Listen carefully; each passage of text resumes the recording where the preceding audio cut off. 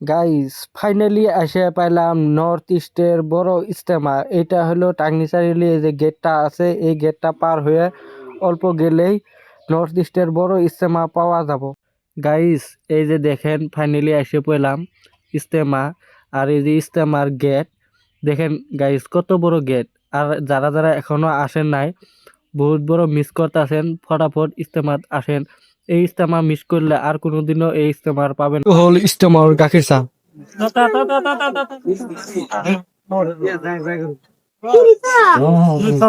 Guys গাখির চা এইটো ভাইটি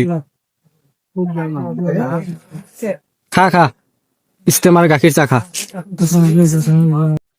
গাইস কত ভিতরে আছি, জানি নি জানতো শুনতে দিয়ে না, জানতো শুনুই আমার ঘাড়তের বলে। হ্যাঁ কম গাইস, মেলা একদম কোয়ার মতো না, মেলা ভিতরে আছে গাইস, কত দূরে আছে নিজেও। গাইস দেখেন একলগে কত মানুষ, দেখেন গাইস এত মানুষ, লাখো লাখো মানুষ একলগে আইছে। দেখেন কারোর সাথে কারো কোনো কাজে টাজে কিছুই নাই, যার যার মতন সে আছে আর কি। গাইস দেখেন এটাই হলো ইসলামের পাওয়ার, আর ইসলাম এই জন্যই এত সুন্দর।